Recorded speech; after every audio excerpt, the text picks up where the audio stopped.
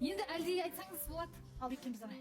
Айым болып тудың ба, күнім болып тудың ба, әке жолын қудың ба, бұл өмірде келген соң сұрауы бар судың ба.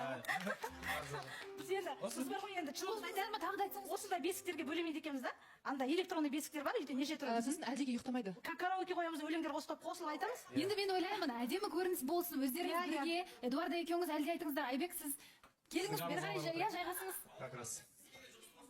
Аумин. Ал айт. Сіз жүргізем деп жүр екенсіз ғой? Жүргізсеңізші, қазір сәтті пайдаланыңыз. Қазір болсын, жүргізгенде қалай енді. Жақсы. Иә.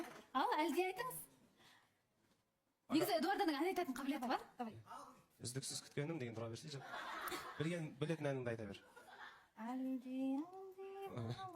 Болмайтын сияқты. Жоқ, айта алады ғой, Эдуардан. Айт. Екеуі бір-біріне қарап отыр. Екеуі бір-біріне қарап бесік тербеткенше онда кішкене Сіз қосылыңыз Иә, бір нәрсе бесікті айтады. енді бір адам тербетеді ғой негізі. Иә. Бір адам тербетеді, бірі ән айтып отырады. Жоқ, негізі көрсетіп қойып жатырмық, үйде негізі бесік жоқ, шыны керек, электронды бесікке жататын болғаннан кейін. Негізі бірақ мынау бұрыннан келе жатқан негізі салт дәстүр ғой. Өлең